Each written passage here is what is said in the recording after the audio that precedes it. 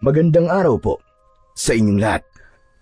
Ang kwentong inyong mapapakinggan ay tungkol sa binatang si Alfonso na mas piniling mamuhay sa syudad kesa sa sumunod sa yapak ng Lola Sabel niya bilang isang antingero. Ngunit nang malaman niya na may sakit ang lola niya, ay napilitan siyang bumalik sa kanilang baryo kasama ang kaibigan niya na si Eric.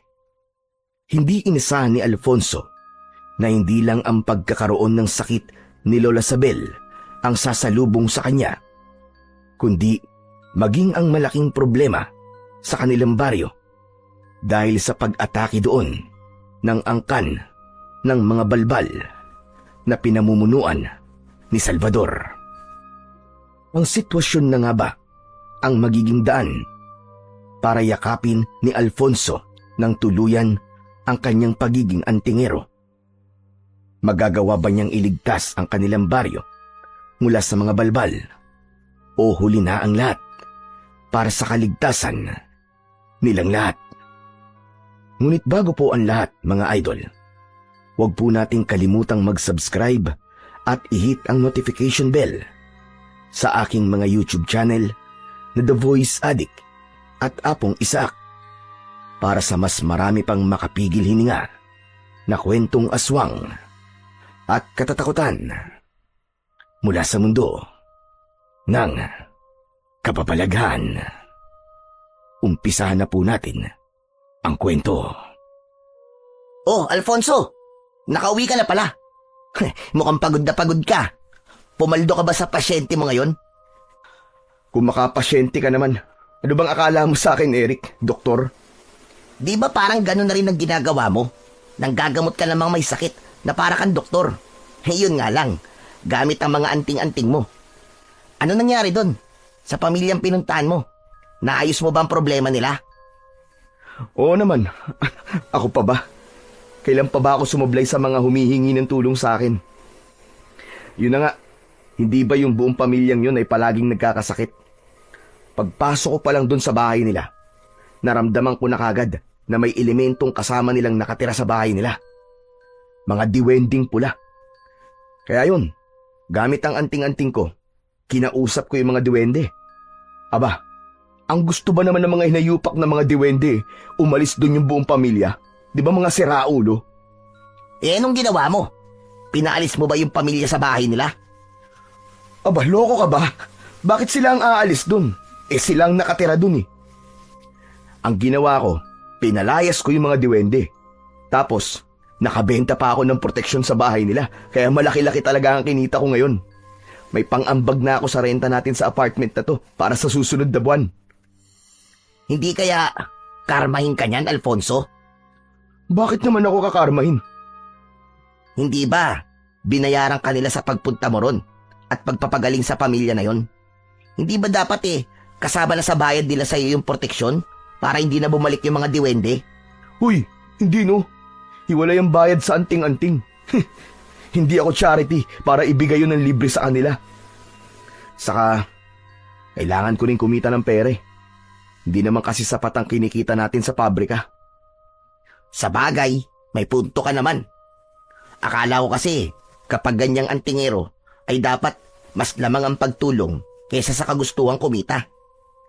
Hindi ba mawawala ang kapangyarihan mo kapag mas inuna mo ang pera? Itong kakayahan ko namang ito ay itinurulan sa akin ng lola ko. Kaya hindi ito mawawala sa akin. Panigurado na ako ang unang mawawala kapag mas inuna ko ang pagtulong kaysa sa pera. Kasi ako ang mamamatay sa gutom. Teka, oo nga pala. Speaking of gutom, gutom na ako. Gusto mo ba sumama sa akin sa karinderya sa labas? Kumain tayo. Nagugutom na ako eh. Naku, wag na. Nagtitipid ako, tol eh. Magbubukas na lang ako ng sardinas. Ano ka ba, libre ko. Akong bahala sa'yo. Talaga? Kung ganun, sige ba? Sandali lang ha. Magpapalit lang ako ng damit. Tignan mo tong tao na to. Kapag libre, napakabilis. Natatawang napailing na lamang si Alfonso nang nagmamadaling nagtungo ang kaibigan niyang si Eric sa kanilang kwarto. Halos maglilimang taon na si Alfonso sa Maynila. pinili niyang umalis sa kanilang baryo upang makipagsapalaran sa syudad. Tutol ang Lola Sabel niya sa desisyon niyang yon dahil sayang daw ang pagtuturo nito sa kanya sa paggamit ng iba't ibang uri ng anting-anting. Gusto kasi ng lola ni Alfonso na siya ang pumalit dito bilang isang mahusay na antingero sa kanilang baryo. Ngunit para kay Alfonso ay hindi para sa kanya ang ganung kapalaran. Sa pagpunta ni Alfonso sa Maynila ay doon na niya nakilala ang naging kaibigan na si Eric. Ito ang nagpasok sa kanya sa pabrika kung saan sila parehas na nagtatrabaho. Pero dahil kulang para sa kanya ang kinikita niya roon, ay naisipan niyang gamitin sa pagkita ng pera ang kakayahan niya bilang isang antingero.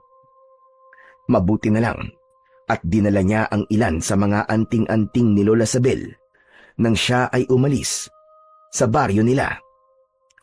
Nagagamit niya ang mga yon sa panggagamot at pagpapalayas o pakikipag-usap sa iba't ibang klase ng elemento.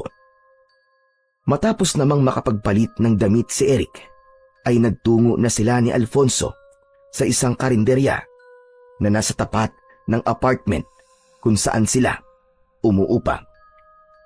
Umorder sila ng 3 magkakaibang ulam at 4 na order ng kanin. Salamat nga pala sa libre mo, Alfonso, ha. Sana, palagi may magpapagamot sa'yo para palagi mo akong ililibre. Marami naman talagang gusto magpagamot sa akin eh. Kaya lang, hindi ko kagad sila napupuntahan dahil sa trabaho natin sa pabrika. Saka, sideline ko lang naman din tong pagiging antingero ko eh. Ang swerte mo nga kasi may kakayahan kang ganyan eh. Buti at tinuruan ka ng lola mo. Pero teka, Alfonso, matanong ko lang. Kailan ka ba huling umuwi sa probinsya nyo? Simula nang umalis ako doon, Eric, hindi pa ako ulit nakakauwi. Ayoko kasing umuwi ron at baka pigilan ako ni Lola Sabel na bumalik dito eh. Hindi ba nasabi ko na sa'yo na ayaw niya na magpunta ako rito sa Maynila kasi ang gusto niya, sumunod ako sa yapak niya. Para ka na rin namang sumusunod sa yapak niya, di ba? Kasi ginagamit mo ang pagiging antingero mo rito sa Maynila. Iba kasi ang gusto ni Lola Sabel eh. Gusto niya na ialay ko ang buhay ko sa pagtulong sa mga tao sa baryo namin. Alam mo yun, yung kapag merong may sakit ay kailangan gamutin nang hindi ako umaasa na babayaran ako. Kapag may aswang, kailangan kong harapin o kaya labanan. At wala rin akong bayad na makukuha dun, ha? Paano naman ako mabubuhay ng ganong setup, di ba? Isipin mo nga. Teka. Aswang? May aswang sa baryo nyo, tol?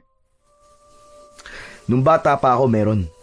Pero ngayon, sa tingin ko wala na. Wow! Alam mo, gusto ko makakita ng aswang sa totoong buhay eh. Yung bang personal?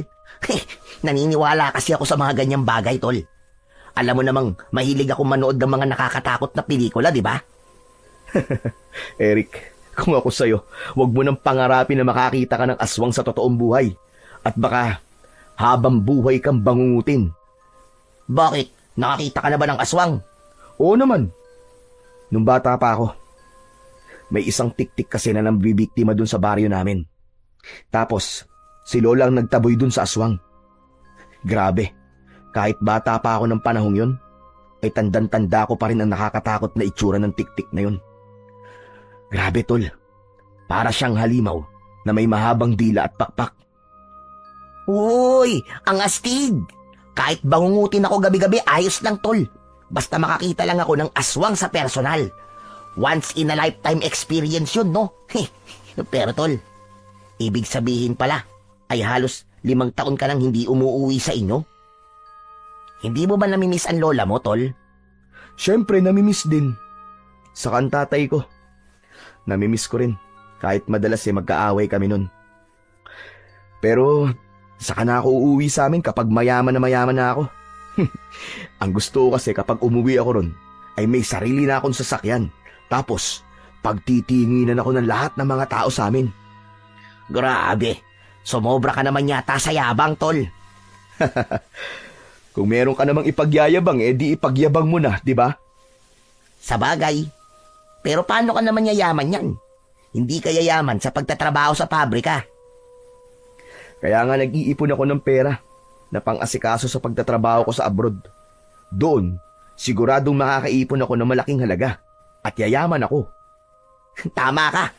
Wala talagang pag-asenso sa mga kagaya natin dito sa Pilipinas. Kailangan mo talagang mangibang bansa at matutong magtipid sa pera. Siyempre, kailangan mo rin mag-ipon. Hindi na nagsalita si Alfonso at itinuon na lamang niya ang kanyang atensyon sa pagkain. Ngunit habang kumakain siya, ay hindi niya naiwasang maalala ang kanyang lola Sabel at ang tatay niyang si Ruel. Sa dalawa, ay mas malapit siya sa lola niya. Masyado kasing istrikto ang tatay niya, kaya lumaki siya na malayo ang loob dito. Madalas pa silang magkaaway noon at nagkakasagutan. Isa rin yun sa dahilan kung bakit ninais niyang makaalis sa lugar nila. Alam niya na ang paglayo sa pamilya niya ay isang malaking hakbang upang matuto siyang tumayo sa sarili niyang mga paa nang walang nagsasabi kung ano ang mga dapat o hindi niya dapat gawin. Kinabukasan ay maagang nagising sina Alfonso at Eric para pumasok sa pabrika. Pagdating nila sa pabrika ay agad silang nagsimulang magtrabaho. Magkaiba ng pwesto ang dalawa, kaya tuwing break time lamang sila nagkikita sa kantin. Nang sumapit ang break time, ay nagpunta si Alfonso sa kantin at nakita niya si Eric na mag-isang kumakain sa lamesang nasa sulok. Napansin niya na tila hindi maganda ang timpla ng kanyang kaibigan. Matapos umorder ng pagkain, ay nilapitan ni Alfonso si Eric. Umupo siya sa harapan nito. Oh, ano nangyari? Bakit ang haba-haba ng uso mo kanina pa? Paano? Nakakabwisit. Yung supervisor natin na si Warren, palagi na lang akong pinag-iinitan. Kahit wala naman akong ginagawang mali, ay panay ang sigaw sa akin. Palibasa, hindi siya sinagot ng nililigawan niya dati kasi sa akin may gusto eh. Hanggang ngayon ay hindi pa rin makamove on na si Raulo. Pabayaan mo na lang si Sir Warren. Kilala mo naman yun eh. Medyo tumatanda na at napipressure na magkaroon ng asawa. Kaya palaging mainitin ang ulo. Hindi. Sa akin lang naman siya palaging galit eh. Masyado siyang namimersonal. Alam mo tol, sa totoo lang, matagal ko nang gustong mag-resign dito eh. Dahil sa Warren na yun. Ano bang akala niya? Hindi ako makakahanap ng ibang trabaho? Aba, ibahin niya ako. Hoy, wag mong gagawin yan ha. Paano na ako rito kapag nag-resign ka? Ikaw na nga lang ang kaibigan ko rito tapos mawawala ka pa. Pagtiisan mo na lang yung tao. Anong tiis-tiis? Ang tagal ko na kayang nagtitiis sa kanya. Habaan mo na lang ang pasensya mo, tol. Ubus na ka mo ang pasensya ko sa kanya. Power tripping ang ginagawa niya sa akin eh. Tol, tanong lang. Wala ka bang anting-anting o ritual na alam para bumait sa akin yung Warren na yon? Yung tipong kahit pa ako ay didilaan niya. Hoy, wag kang maingay. Baka mamaya may makarinig sa'yo eh. Baka isipin pa nila mangkukulam ako eh. Saka wala akong ganong kakayahan. Ang alam ko lang ay manggamot ng mga may sakit at magpalayas ng mga elemento. Basta. Magre-resign na talaga ako. Hindi ko na kayang kasamaan ng ugali ng Warren na yun. Siraulo siya. Napapangiting na pailing na lang si Alfonso sa huling sinabi ni Eric. Hindi niya sineryoso ang sinabi ng kaibigan na magre-resign na ito dahil alam niya na hindi ito pwedeng mawalan ng trabaho dahil buwan-buwan itong nagpapadala ng pera sa pamilya nito na nasa probinsya. Ngunit nagkamali si Alfonso sa akala na hindi seryoso si Eric sa sinabi nito na magre-resign na ito sa trabaho. Dahil ng sumunod na araw, ay hindi na ito bumangon sa pagkakahiga. Hoy Eric, tumayo ka na dyan at mag-aasikaso pa tayo sa pagpasok sa trabaho. Hindi na, ayoko nang pumasok sa pabrika. Di ba sabi ko sa'yo magre-resign na ako? Ano? Aba, seryoso ka ba dyan? Seryoso ako, tol. Ayoko nang makita ang pagbumuka ng Warren na yon. At baka magdilim lang ang paningin ko kung ano pang magawa ko sa kanya. Ayoko maging kriminal nang dahil sa taong yon. Pambihira. Akala ko nagbibiro ka lang. Paano kung magre-resign ka? Paano ang pagpapadala mo ng pera sa pamilya mo? May ipon naman ako Yun na lang muna ang gagamitin ko sa pagpapadala at paghahanap ng panibagong trabaho. Anak ka talaga ng nanay mo. Di nawalan ako ng kaibigan sa pabrika. Hayaan mo na. Magkikita pa rin naman tayo dito sa apartment Kahit na. Iba pa rin kapag may kaibigan ka sa trabaho. Saka talagang ngayon ka na magre-resign. Di ahol na ang labas mo niyan. Wala kang makukuhang back pay. Sayang din yun, tol. Sus, magkano lang naman din na makukuha akong back pay. Ibigay na lang nila kay Warren at baka matuwa pa yung siraulong yun. Sige, ikaw ang bahala. Hindi na kita pipilitin na wag mag-resign kasi mukhang desidido ka ni. O siya, ikaw na munang bahala dito sa apartment at mag-aasikaso na ako pagpasok. Malungkot si Alfonso sa pagre-resign na ginawa ni Eric, kaya wala na siyang kaibigan sa trabaho. Pero alam niya na wala siyang magagawa para magbago pa ang desisyon ng kaibigan niya. Kahit paano ay naiintindihan niya ito dahil siya mismo ay saksi kapag sinisigawan at pinapahiya ito ng supervisor nila na si Warren. Tao lang din si Eric at kahit anong pagtitiis na gawin ito ay napupuno rin ito. Unang araw pa lang na pumasok si Alfonso sa trabaho na wala si Eric ay ramdam niya na kagad ang kawalan nito. Mag-isa siyang kumain sa kantin kaya wala siyang nakakakwentuhan. Sa pag-uwi naman niya ay wala rin siyang katabi sa shuttle bus. Kaya naman nang nakauwi na siya sa apartment at nakita niya si Eric na nanonood ng TV ay hindi niya napigilan ang mapangiti. Grabe, tol. Ang boring sa pabrika kapag wala ka. Ay, mapapanisan ako ng laway dun kasi wala akong kausap Ayos lang yan. Kapag tumagal masasanay ka rin naman. O kaya kung gusto mo, mag-resign ka na lang din katulad ko. Tapos maghanap tayo ng ibang kumpanya o pabrika para magkasama ulit tayo sa trabaho. Loko ka, hindi pwede. Ang hirap-hirap maghanap ng trabaho ngayon, no? Lalo na sa kagaya natin na hindi nakapagtapos ng kolehiyo. Magtitiis na lang muna ako. Tama ka rin naman siguro na masasanay din ako dun. Sa una lang talaga nakakapanibago. Ikaw ang bahala. Ako naman nagsasuggest lang. Ay, oo nga pala. May dumating kang sulat. Binuksan ni Eric ang drawer na malapit sa sofa. Isang sobre ang kinuha nito mula roon.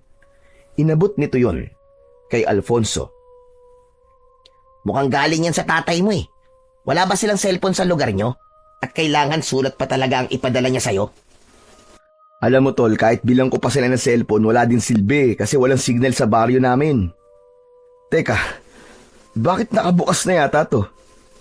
Pinapauwi ka ng tatay mo kasi may sakit ang lola mo, tol.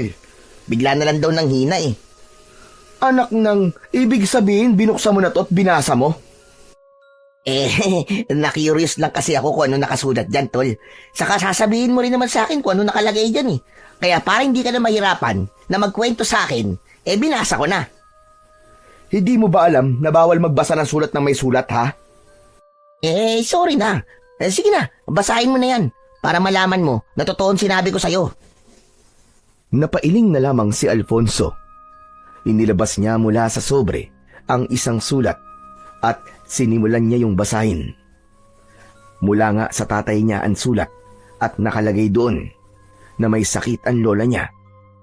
Ayaw na raw nitong magpadala sa ospital dahil palagi nitong sinasabi na handa na raw itong mawala. At ang tanging gusto nitong mangyari bago ito mamatay ay ang makita sa huling pagkakataon si Alfonso. Hindi na malayan ni Alfonso na sunod-sunod na pala ang pagpatak ng luha niya hanggang sa matapos niyang basahin ang sulat. O ano, tol? Ano ngayon ang plano mo? Tignan mo ang date dyan sa sulat. Lagpas 1 week na simula nang ipadala yan at ngayon lang nakarating dito. Uuwi na muna ako sa amin, Eric. Kailangan makita ko ang Lola Sabel ko ng buhay pa siya. Hindi ako sigurado kung totoo ba to o sinabi lang to ni tatay para umuwi ako. Pero gusto kong makasiguro. Tama yung desisyon mo, tol. Saka panahon na rin para bumisita ka man lang sa pamilya mo. Simula kasi nang pumunta ka rito sa Maynila, ay hindi ka na umuwi sa inyo, di ba? Tumango si Alfonso at pinunasan niya ang kanyang luha gamit ang sarili niyang palad. Doon niya naramdaman kung gaano niya nakamis ang kanyang pamilya, lalo na ang Lola Sabel niya. Napagtanto niya na panahon na talaga para umuwi siya sa kanilang baryo bago pa mahuli ang lahat. Hindi na nagsayang ng panahon si Alfonso at inasikaso na kagad niya ang lahat para makapag-leave siya ng 2 linggo sa trabaho. Naintindihan naman ng management ng pabrika ang sitwasyon niya, kaya mabilis na naaprubahan ang kanyang leave. Matapos yun, ay ipinaalam na niya kay Eric kung kailan siya aalis. Sa araw ng pag-alis ni Alfonso, ay mas lalo siyang kinabahan dahil sa maaari niyang madatnan sa bahay nila. Matapos niyang mag-empake, ay binuhat na niya ang isang traveling bag. Paglabas niya ng kwarto, ay nagtaka siya nang makitang nakabihis din si Eric at may bag na nakasukbit sa likod nito. Oh, aalis ka rin ba? Alam ko na. Siguro uuwi ka rin sa probinsya niyo, no? Kasi naiinip ka dito sa apartment. Hindi mo kaya mag-isa dito, no? Tama ka, tol. Aalis din ako, papunta sa probinsya. Pero hindi sa probinsya namin, kundi sa probinsya nyo. Ha? Ano? Teka, hindi kita maintindihan eh. Ang hina mo naman, Alfonso. Ibig sabihin, sasama ako sa'yo. At bakit ka naman sasama sa akin? Ano naman gagawin mo ron? Tulad na sinabi mo, ayoko mag-isa dito sa apartment ng 2 linggo lang. Maiinip lang ako rito.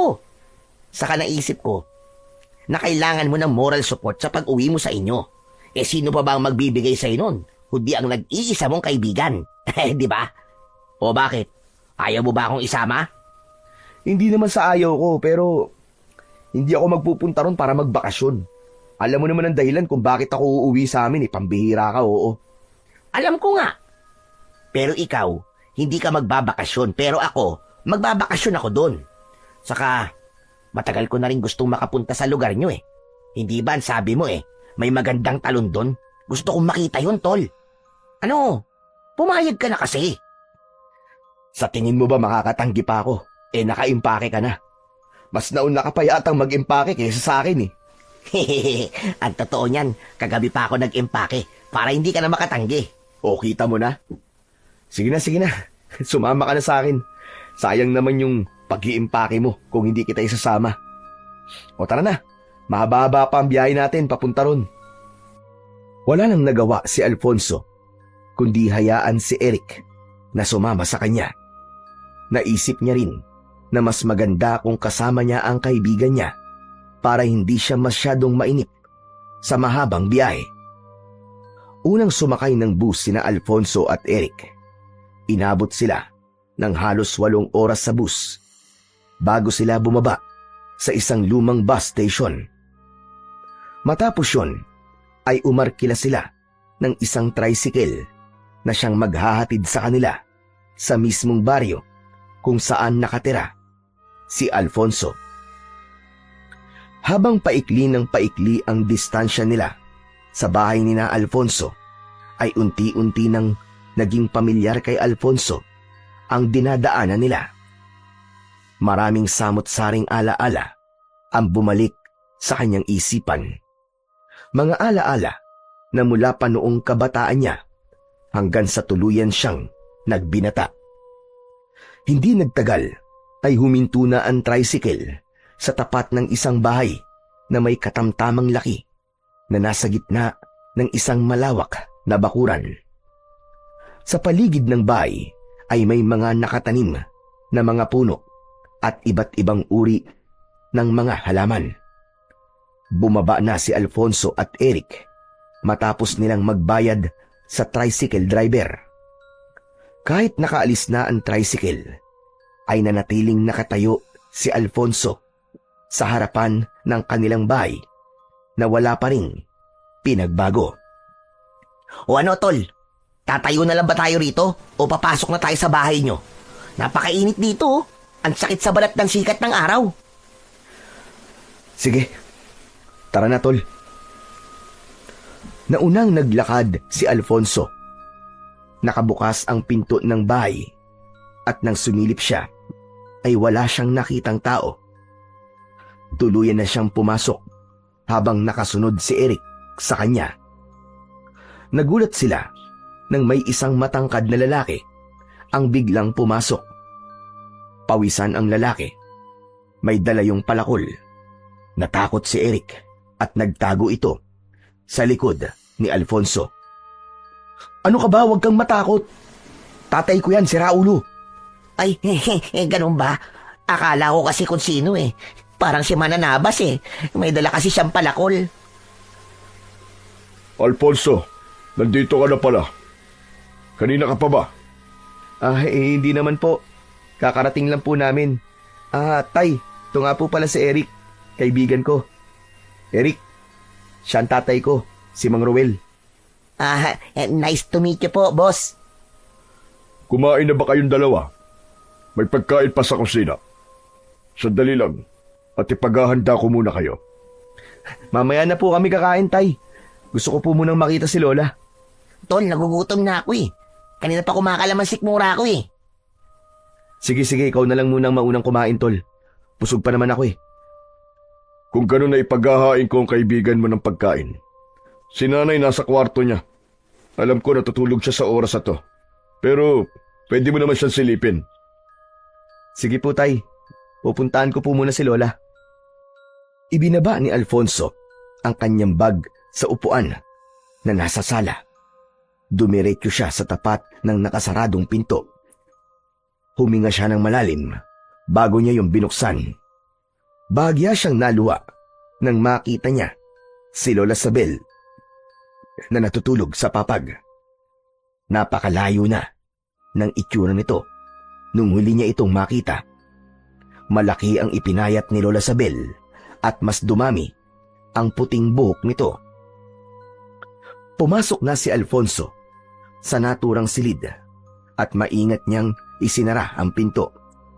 Humakbang siya palapit kay Lola Sabel at umupo siya sa gilid ng papag habang hindi niya inaalis ang tingin sa muka ng matanda.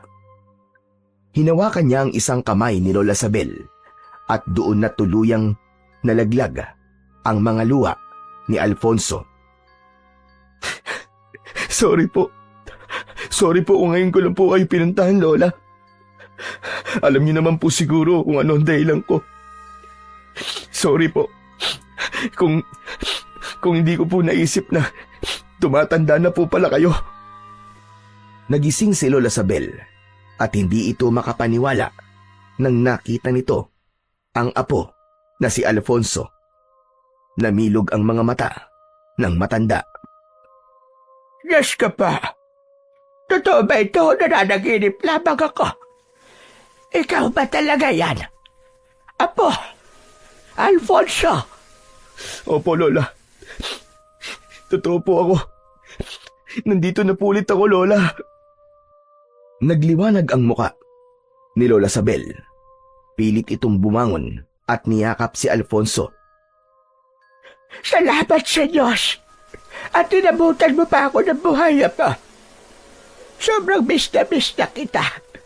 Kung alam mo lang, gabi-gabi akong nagdarasal sa Panginoon na sana ay umuwi ka na rito sa atin.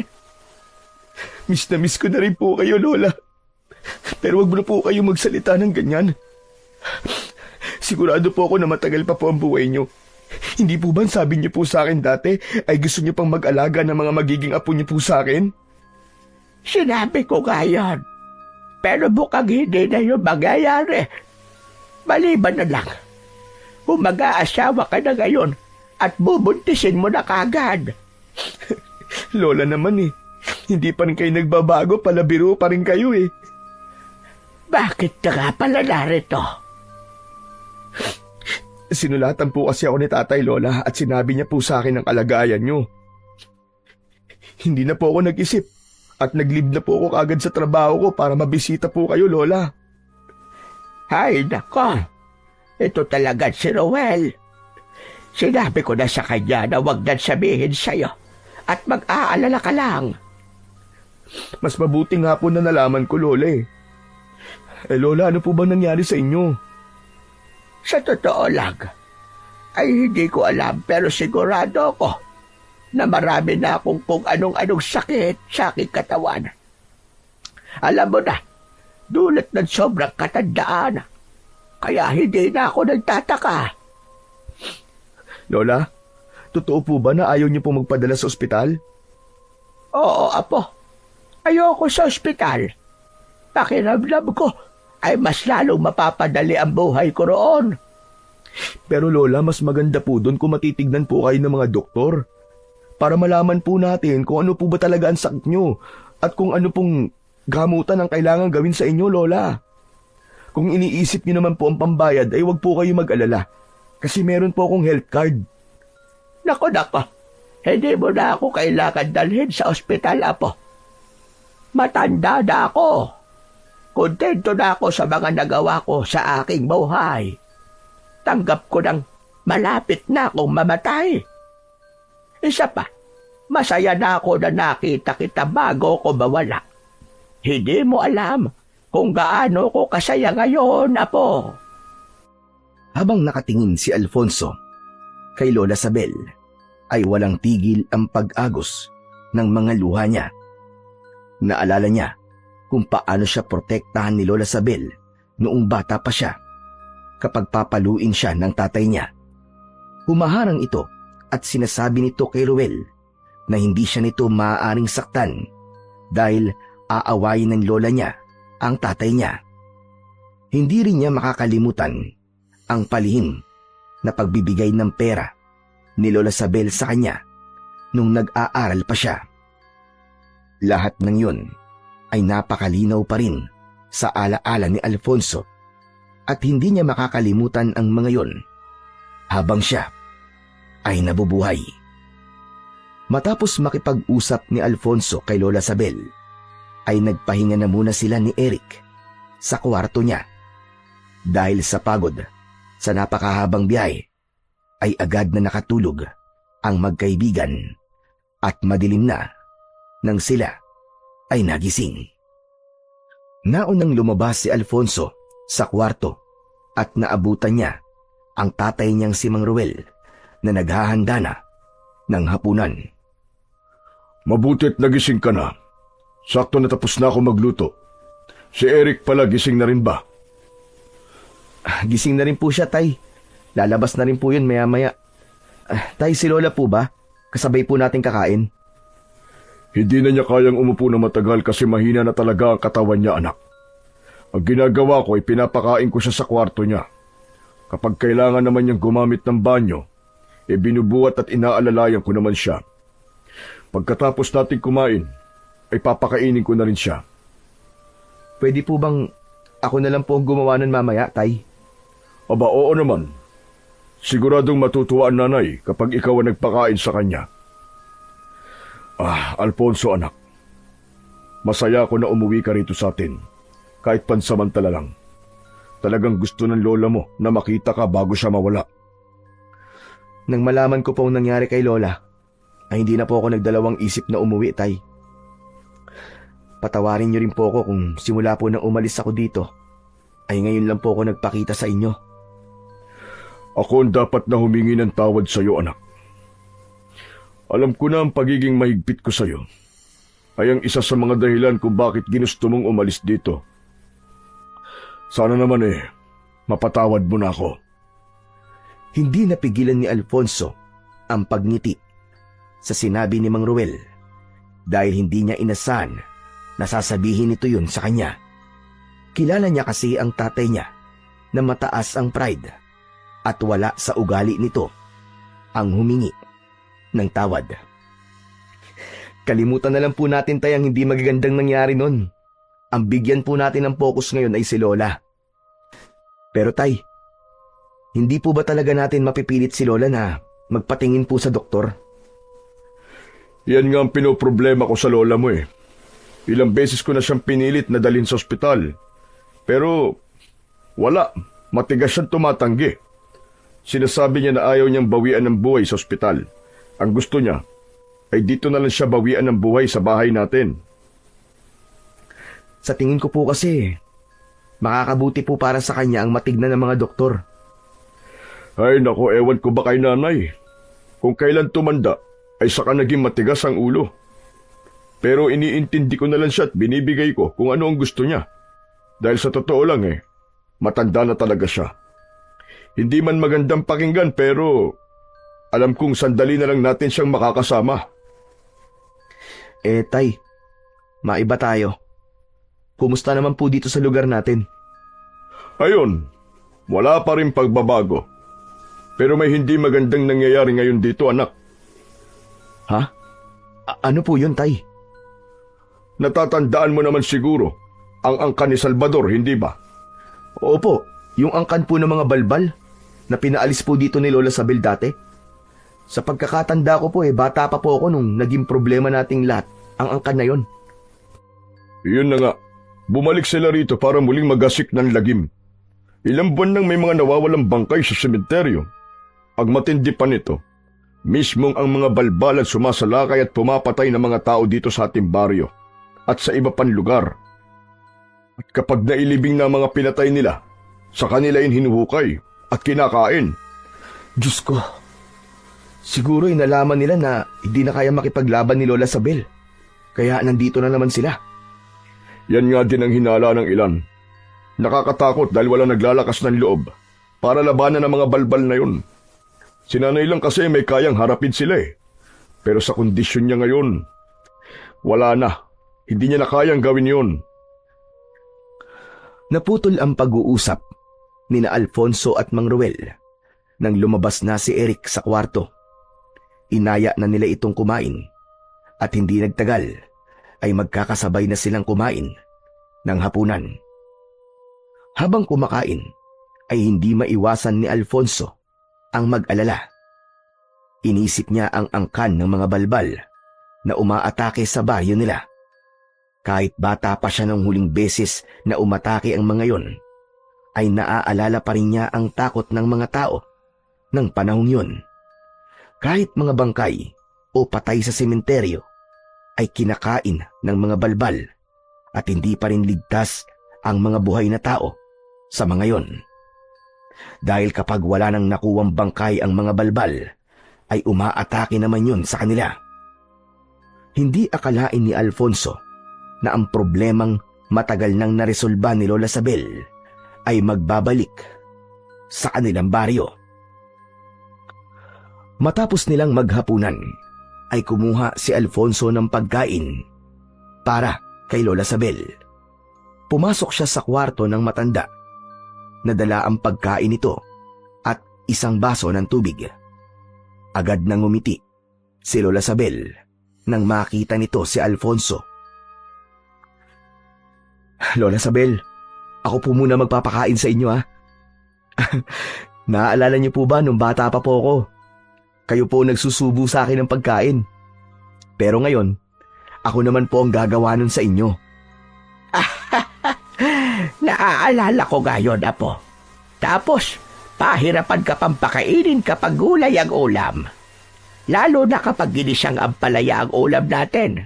Naku po, Diyos ko. Talaga nga, nagkakapaluan pa tayong dalawa. Pero ngayon po, kumakain na po ako ng gulay, Lola. Natuto po ako sa inyo. Mabuti naman kung ganon. para lumakas ka at humaba din ang iyong buhay kagaya ko. Sinimulan ng pakainin ni Alfonso ang kanyang lola Sabel. Naging maingat siya sa pagsubo rito ng pagkain. Paunti-unti lang ang kanyang ginawa upang hindi ito mabulunan o masamid. Pinigilan niya ang mapaluwa dahil baka maiyak din si Lola Sabel. Oo nga pala, Apo. Alam kong nung umalis ka rito ay dinala mo ang ilan sa aking mga anting-anting. Matanong ko lang sa iyo, hanggang ngayon ba ay marunong ka pa rin gumamit ng mga anting-anting? Natatandaan mo ba yung mga itinuro ko sa iyo? Oo naman po, Lola. Kilala niyo po ako. Matalas po ang memorya ko. Saka alam niyo po ba na ginagamit ko po sa Maynila ang mga itinuro niyo po sa akin? Gamit po yung mga anting-anting niyo ay nanggagamot po ako dun. Saka kapag meron pong ginagambala ng kung anumang elemento, ay sa akin po sila nagpapatulong. Dahil po ron kahit papano po, nadadagdagan po ang perang kinikita ko. Mabuti naman. Natuwa ako sa sinabi mong yan, Apo. Masaya ako malaman na hindi mo isilantabi ang mga itinuro ko sa iyo. Hanggang ngayon pala ay nasa iyo pa rin ang pagiging antingero mo, Apo. Hindi na po yun mawawala sa akin, Lola Sabel. Yun po ang pamana niyo sa akin na habang buhay ko pong dadalin at magpapasalamat po ko kasi itinuro niyo po sa akin ang mga kaalaman niyo. Pero, Apo, kailangan ng baryong ito ang kagaya mo. Lola, hindi po ba sinabi ko na po sa inyo bago ako umalis noon na ayoko pong maging kagaya nyo? Hindi naman po sa minamaliit ko po ang inyong ginagawa. Pero alam ko po na iba po ang landas sa tatahakin ko. Gusto ko pong magkaroon ng isang normal na trabaho. Naiintindihan kita. Sa tagal mong nawala rito, ay tinanggap kong hindi ka magiging kagaya ko. Ang ibig ko sabihin ay kailangan ka ngayon ng ating baryo. Sumasalakay na naman dito sila Salvador. Yun nga po Nasabi nga po sa akin ni tatay ang bagay na yan. Apo, sa iyo ko lang itinuro ang lahat ng aking nalalaman. Ikaw lang ang tanging may alam kung paano gagamitin ang lahat ng aking mga anting-anting. At totoo dyan, itinuro ko sa iyo ang aking mga nalalaman dahil may pakiramdam ako na darating ang ganitong problema sa ating baryo. Kailangan ka namin, Alfonso. Ikaw lang ang may kakayahang humarap sa mga balbal. Pero, Lola, wala po akong karanasan sa pakikipaglaban sa mga ganong uri ng aswang Ngunit may kaalaman ka sa paggamit ng anting-anting. Gamitin mo ang kaalamang yon para matapos na ang problema sa baryong ito.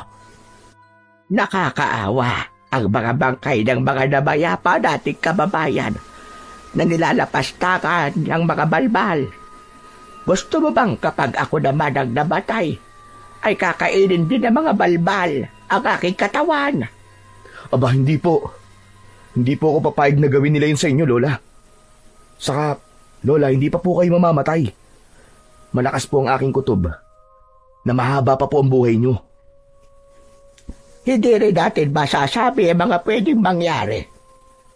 Sa susunod na mga araw, maaaring bukas o makalawa ay mababaalam na ako. Kaya wala akong ibang hiling, kundi ang harapin mo at ubusin mo ang angkan ng mga balbal. Hindi lang para sa ating pamilya, Apo, kundi para sa ating baryo. Nakikiusap ako sa iyo, Apo. Iligtas mo kaming lahat. Pag-iisipan ko po ang gusto niyong gawin ko, Lola. Sa ngayon po, hindi ko pa po kayang magdesisyon tungkol po sa bagay na yan. Pasensya na po kayo. Pakinggan mo ang sinasabi nito, Apo. ang sinasabi ng puso mo. At yan ang sundin mo. Hindi ka magkakamali. Maniwala ka sa akin. Matamis na ngumiti si Lola Sabel kay Alfonso. Gumanti naman siya ng ngiti sa matanda at tinapos na niya ang pagpapakain dito. Pagkatapos kumain ni Lola Sabel, ay pinainom naman ito ng gamot ni Mang Ruel. Habang si Alfonso ay lumabas ng bahay, tumayo siya sa tabi ng puno at doon siya nanigarilyo.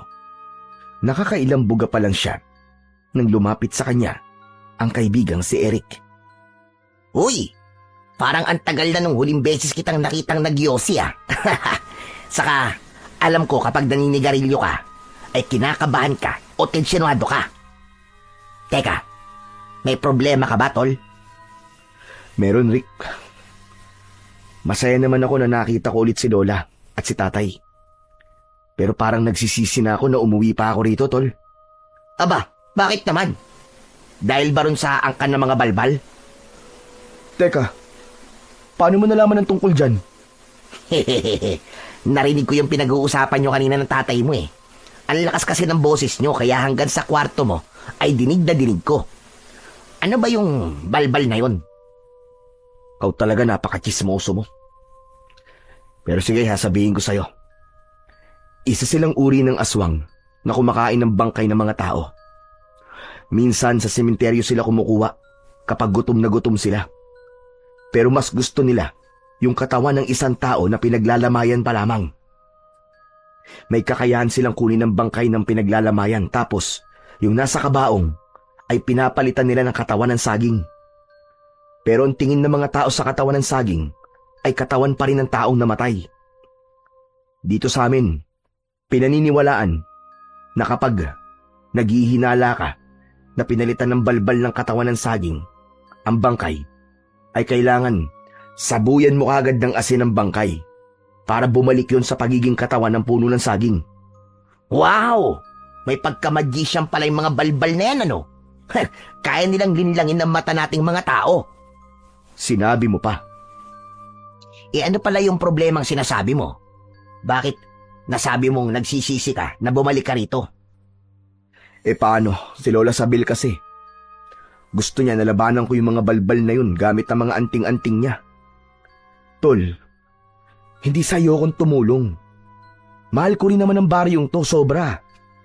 Pero wala akong kasanayan sa pakikipaglaban sa mga aswang at alam kong hindi sapat ang mga anting-anting para matalo ko sila. Talagang pinipilit ako ni Lola eh. Noon kasi, napalayas na ni Lola Sabel ang angka ng mga balbal na yun. Pero, hindi niya na yung kayang gawin ngayon. Dahil matanda na siya. Mahina na ang katawan niya. Tol, hindi mo ba naiisip? Kaya gusto ng lola mo na gawin mo yan. Dahil malaki ang tiwala niya sa'yo. Tol, isipin mo to ha. Lola mo na mismo nagsabi sa'yo na labanan mo mga balbal. Sa tingin mo ba ipapahama ka niya? Hindi naman, di ba? Ibig sabihin, sigurado siya na kaya mo matalo ang mga balbal na yun. Natigilan si Alfonso sa sinabing yun ni Eric. Nakuha niya ang punto ng kanyang kaibigan. Doon lang niya napagtanto kung gaano katindi ang kagustuhan ni Lola Sabel na maging mapayapa ng muli ang kanilang baryo. Kaya naman, unti-unti nang nagbago ang kanyang isip at tila may maliit na boses na bumubulong sa kanya na kailangan niya ng sundin ang gusto ni Lola Sabel. Bago matulog, ay pinag-isipan ni Alfonso ng gusto kung dapat ba niyang harapin ang mga balbal. Hindi pa rin siya makapagdesisyon sa kung ano ang dapat niyang gawin. Nakatulugan na lang niya ang pag-iisip nang wala pa siyang nagiging buong desisyon. Kinabukasan ng umaga, napansin ni Alfonso na tahimik ang tatay niya kaya hindi niya napigilan ang mag-usisa. Tay, okay ka lang po ba? Kanina pa po kasi kayo nakatulala eh. Hindi niyo na po nagalaw yung kape niyo. Malamig na po yan. Pasensya ka na. Hindi kasi maalis-alis sa isip ko yung narinig kong kwentuhan sa panaderya nung bumili ako doon kanina ng pandesal. Narinig ko na may nabiktima na naman ang mga balbal. Ha? Sino po? Si Ninang Irene mo. Namatay kasi yun nung isang araw dahil sa sakit eh. Ayon sa mga taong nagkikwentuhan sa panaderya, ay pinalitan ng balbal ang katawan ng ninang mo habang nakaburol. Naisipan kasi nilang sabuyan ng asin yung katawan ng ninang mo na nasa kabaong. Tapos, ayun, biglang naging katawan ng puro na saging. Hala, Diyos ko, totoo nga ang sinabi mo sa akin tungkol dun sa mga balbal, tol. Diyos ko, kinikilabutan naman ako. Hindi kaya dapat mo nang sundin ang sinabi sa'yo ni Lola Sabel, tol? Ano sabi sa'yo ng lola mo, Alfonso? Hindi ko pa yata yan alam. Tay, gusto po kasi ni Lola na harapin at labanan ko po yung mga balbal na nandito sa ating baryo ngayon. Ang sabi po niya, ako lang daw po may kakayahan na gawin yun. Kung ayaw mo, ay huwag mong pilitin ang sarili mo. Mahirap gawin ang isang bagay kung hindi ito bukal sa iyong kalooban. Dahil paniguradong hindi ka magtatagumpay sa kung ano ang gagawin mo. Naiintindihan ko kung hindi mo gagawin ang gusto ng lola mo. Dahil hindi ka naman niya sinanay para makipaglaban sa mga aswang, hindi ba? Hindi pa naman po ako tuluyan tumatanggi sa request po ni Lola Sabel sa akin. Hanggang ngayon po tay, pinag-iisipan ko pa rin kung ano po ang magiging desisyon ko. Nako, Mang Roel, ang sabi ko nga po dyan sa anak nyo ay pumayag na po siya. Hindi naman po kasi yun sasabihin sa kanya ni Lola Sabel kung alam po ni Lola Sabel na hindi kaya ni Alfonso na labanan ng mga balbal, hindi po ba? Tama ka naman sa sinabi mo, Eric. Pero na kay Alfonso pa rin ang huling desisyon. At kung anong magiging desisyon mo, Alfonso, ay igagalang ko at susuportahan ko. Maraming salamat po, tay. Huwag po kayo mag-alala kasi pinag-iisipan ko pong mabuti ang bagay na yan. Nang sandaling yon, ay si Alfonso naman ang biglang tumahimik. Patuloy pa rin niyang pinag-iisipan kung kaya ba talaga niyang harapin ang mga balbal na nanggugulo sa kanilang baryo. Matapos mag-almusal, ay nagdesisyon si Alfonso na magpunta sa bahay ng kanyang ninang Irene. Sa lahat ng ninang niya, ay ito ang pinakamalapit sa kanya. Nung bata pa siya, walang Paskong lumipas na hindi siya nito binigyan ng regalo. Kaya masakit din para sa kanya ang pagpanaw nito. Malapit na siya sa bahay ng ninang niya nang may tumapik sa balikat niya. Nagulat si Alfonso at ang unang pumasok sa utak niya ay ang ipagtanggol ang kanyang sarili. Mabilis niyang hinawakan ang kamay na nakapatong sa balikat niya. Humarap siya at pinilipit niya ang braso ng taong yun. Nagulat siya nang malaman na si Eric lang pala yun. Agad naman niya itong pinakawalan. Aray ko, tol! Ako to, ano ba? Bakit mo naman pinilipit ang braso ko? Pambihira ka, oh. Ay sorry, akala ko kasi kung sino kay. Bakit kasi hindi ka man lang bumubusina? Kanina pa kasi kita sinusundan. Pero akala ko ba wala kang alam sa pakikipaglaban sa aswang. Abay, sa ginawa mo sa akin, parang meron Para kasi jacket yan Bakit aswang ka ba? Siyempre, iba na kapag aswang mismo ang kaharap ko, no? Saka, basic na self-defense lang naman yung ginawa ko sa'yo. Kahit na, malay mo, magamit mo yung kaalaman mo sa self-defense sa pakikipaglaban sa mga balbal, di ba? Tol, para sa kaalaman mo, hindi pa ako nakakapagdesisyon sa bagay na yan. Saka bakit mo ba ako sinusundan Akala ko ba pupunta ka dun sa talon? Oo nga. Ikaw nga sana ang aayain ko ron Malay ko ba kung paano pumunta sa talon na yun? Nahihiya naman ako magpasama sa tatay mo kasi may ginagawa siya. Lalong hindi naman pwede kay Lola Sabel. Di ba? Pwede ka naman magpasama kay Lola Sabel Pero, bubuhatin mo nga lang siya. Si Raulo, kapag ginawa ko yun, baka magkadibilupan kami ng lola mo. Gusto mo bang maging lolo mo ko? Ikaw talaga puro kakalokohan. Pinapatawa lang kita, Alfonso. Kahapon ka pa kasi sobrang seryoso Pero, saan ka nga ba talaga pupunta ngayon? Sa bahay ng ninang Irene ko. Yung nabiktima ba ng balbal? Oo, gusto ko malaman kung ano ang nangyayari ron eh. Samahan na kita. Tapos, samahan mo ko sa talon mamaya. Okay ba yon? Oo na. Tara na para makauwi tayo kagad. Naglakad na sina Alfonso at Eric. Hindi nagtagal ay nakarating na sila sa bahay ng kanyang ninang. Sumalubong sa kanya ang batang lalaki na anak ni Irene. Umiiyak yun. Nakita rin ni na Alfonso ang katawan ng saging na nasa tabi ng kabaong na wala ng laman. Awang-awa si Alfonso sa anak ng kanyang ninang Irene. Nakikiramay ako sa iyo, Totoy. Kuya Alfonso, si nanay, kinuha po ng mga balbal ang katawan ni nanay. Tapos, pinalitan po nila ng puno ng saging. Ikinalulungkot ko nangyari sa nanay mo, Totoy. Kuya, kaya ka pa bumalik dito ay dahil lalabanan mo yung mga balbal na yun? Ang sabi po kasi ni Lola Sabel, huwag po kami mag-alala kasi kapag bumalik ka na rito, ay may lalaban na po sa mga balbal. Hindi kagad nakapagsalita si Alfonso dahil hindi niya inasahan na sinabi yon ni Lola Sabel. Sigurado siya na hindi lang nito yon kay Totoy sinabi, kundi sa ibang mga tao sa kanilang baryo. Naisip niya na baka iniisip ng mga tao roon na kaya siya nasa baryo nila ay para makipaglaban nga sa mga balbal. Tol, tinatanong ka ng bata oh. Totoy, ano kasi? Kuya, tulungan mo naman kami oh. Ibalik mo ang katawan dito ni nanay sa amin. Hindi po namin kayang ilibing ang puno ng saging na yun. Kasi alam po namin hindi yun si nanay. Si tatay po kasi hindi na po makausap. Nakatulala lang po siya. Parang awa mo na, Kuya Alfonso. Tulungan mo po kami. Lumambot ang puso ni Alfonso sa sinabing yun ni Totoy. Masyado pa itong bata para maranasan ang ganong katindi na kalungkutan. Hanggang sa ginulo niya ang buhok ng bata. Huwag kang mag-alala, Totoy. Tutulungan ko kayo. Gagawin ko ang lahat para maibalik ang katawan ng nanay mo, pangako.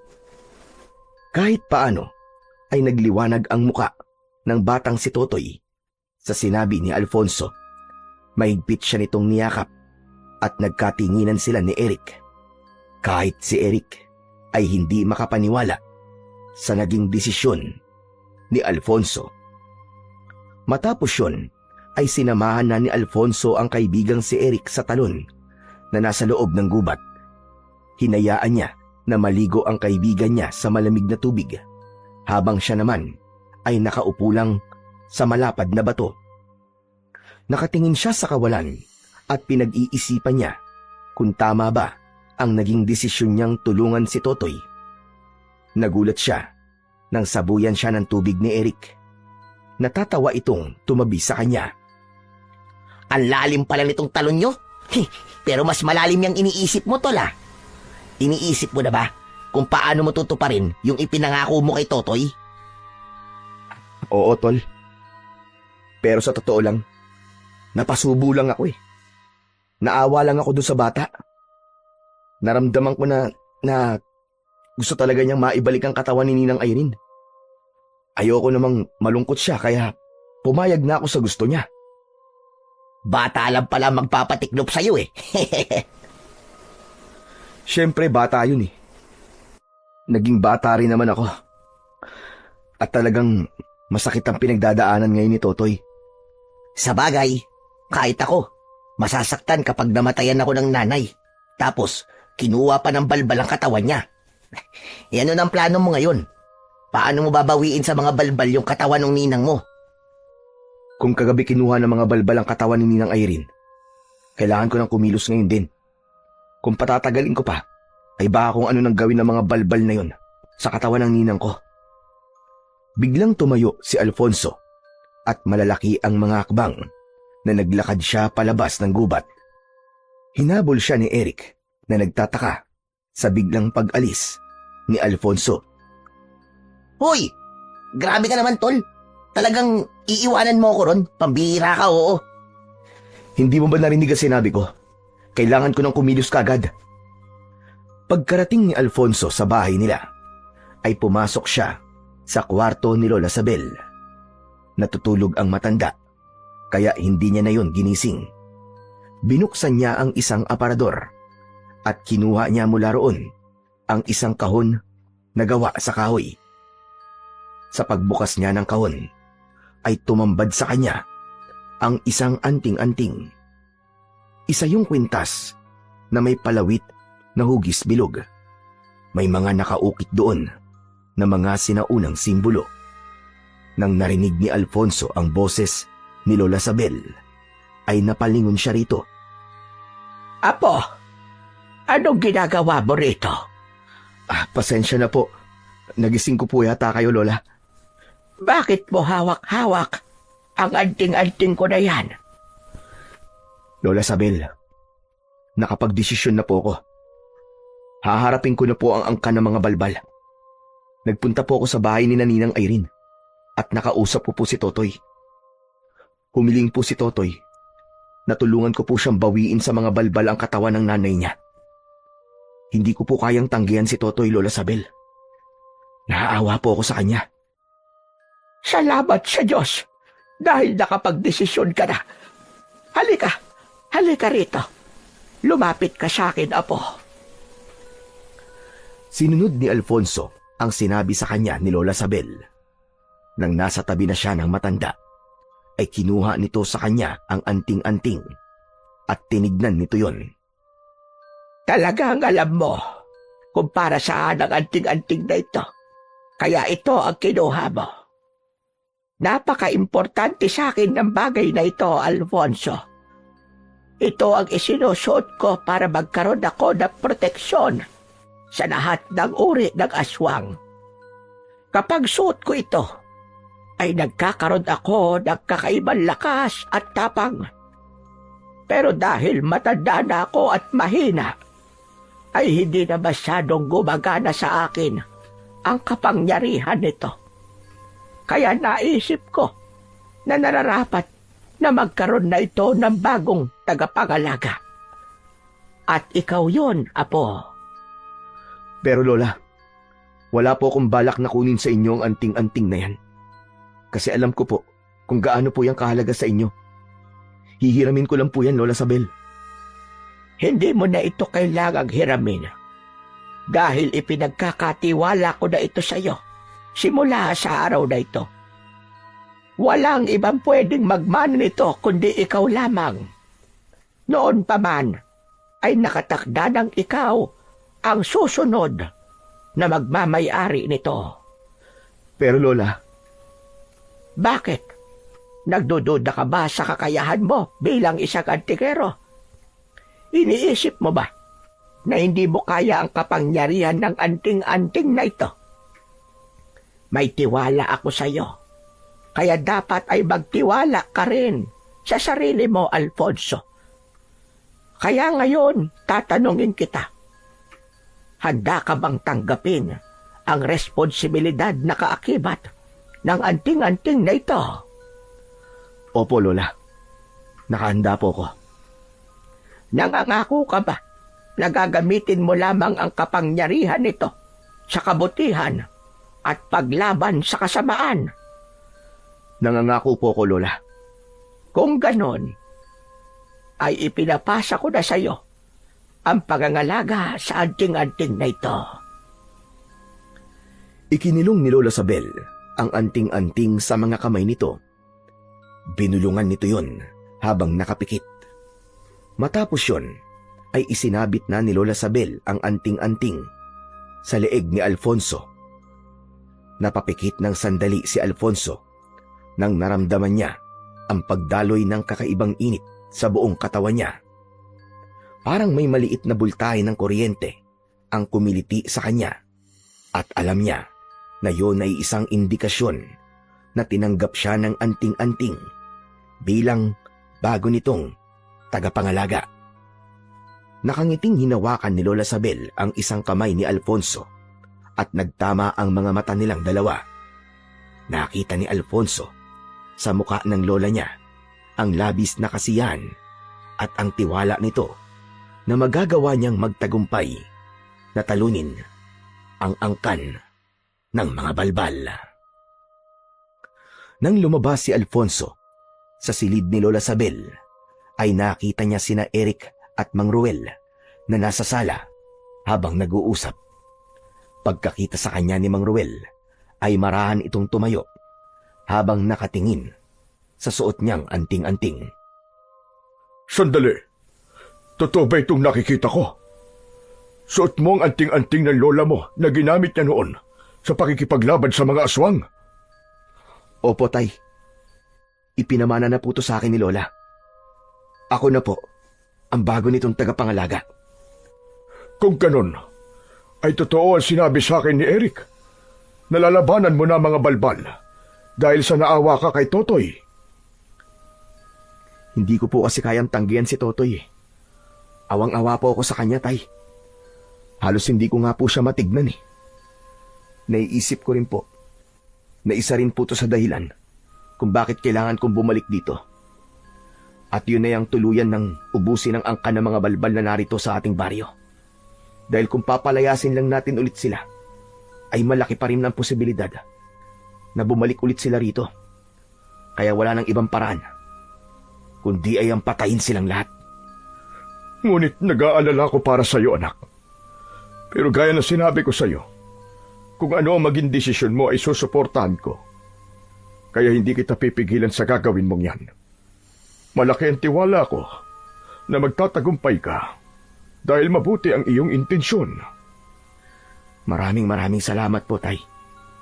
Malaking bagay po sa akin na alam kong may tiwala po kayo sa akin. Mas lalo pong lumakas ang loob ko na harapin ang mga balbal na yon. Pero kailangan ko na pong hanapin ang mga balbal kung nasan sila. Itatanong ko na rin po sa inyo kung alam niyo po kung saan po matatagpuan ang mga balbal. Hindi lingid sa kaalaman ng lahat ng mga tao rito kung saan naglulungga ang mga angkan ng balbal. Sa lumang sementeryo, doon sila nagtatago. Hindi ko alam kung saan eksaktong lugar sa sementeryo pero sigurado ako na naroon lang ang mga balbal.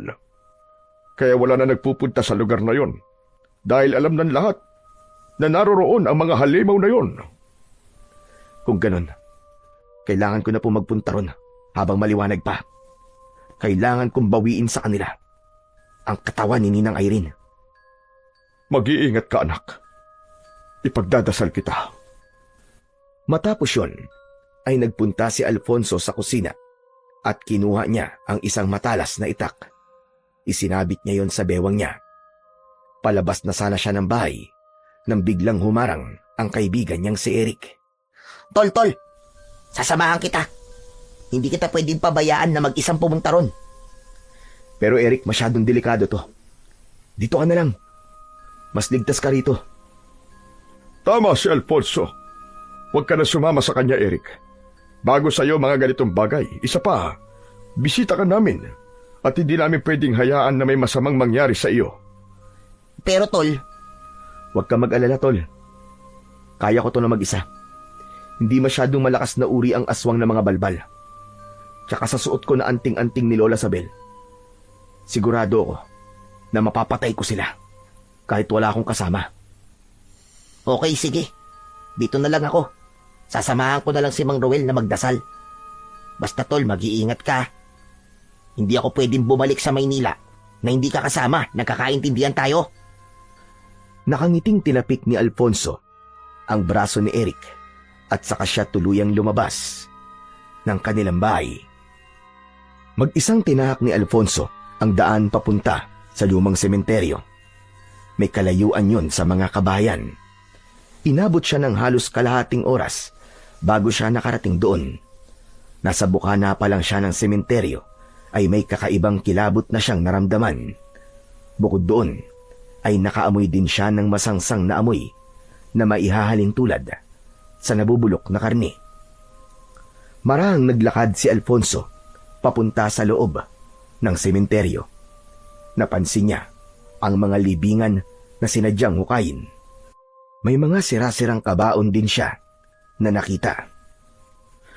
Mga walang yambalbal, pati mga nananahimik na patay, ay hindi na nila pinalagpas. Humanda kayo, dahil tatapusin ko na kayo ng kasamaan nyo. Nang nasa gitna na siya ng sementeryo, ay iginala niya ang kanyang paningin sa paligid. Wala siyang nakitang senyales na may balbal sa paligid at puro nicho lamang ang nakikita niya. Pero malakas ang pakiramdam niya na nagtatago lang sa kung saan ang kanyang mga kalaban. Mga balbal! Magpakita kayo sa akin! Huwag kayong magtago! Harapin niyo ako! Tapusin na natin to!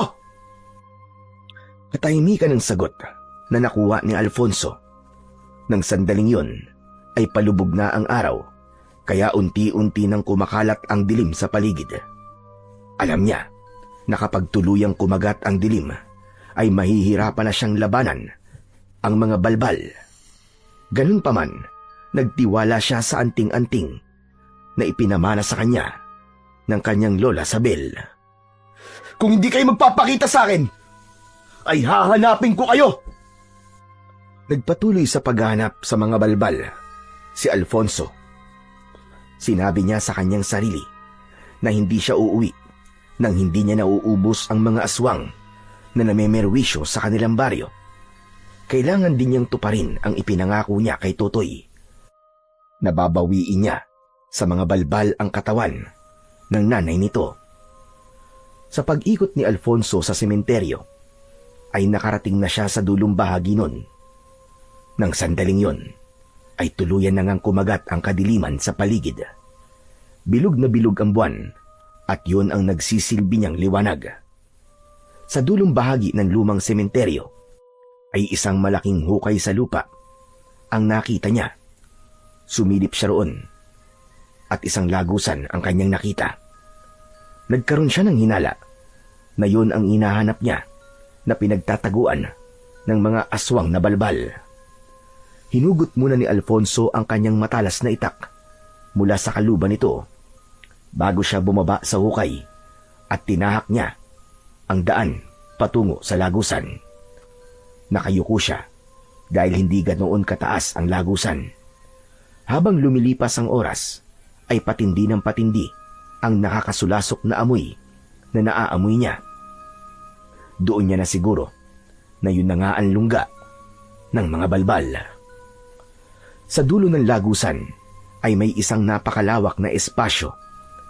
Sa isang sulok ay naroon ang katawan ng kanyang ninang Irene. Nilapitan yun ni Alfonso upang malaman kung ginalaw na ba yun ng mga balbal. Nagpasalamat siya sa Diyos dahil mukhang hindi pa ginagalaw ng mga balbal ang katawan ng ninang niya. May kilabot siyang naramdaman habang nakatingin sa bangkay, ngunit isinantabi muna niya yon.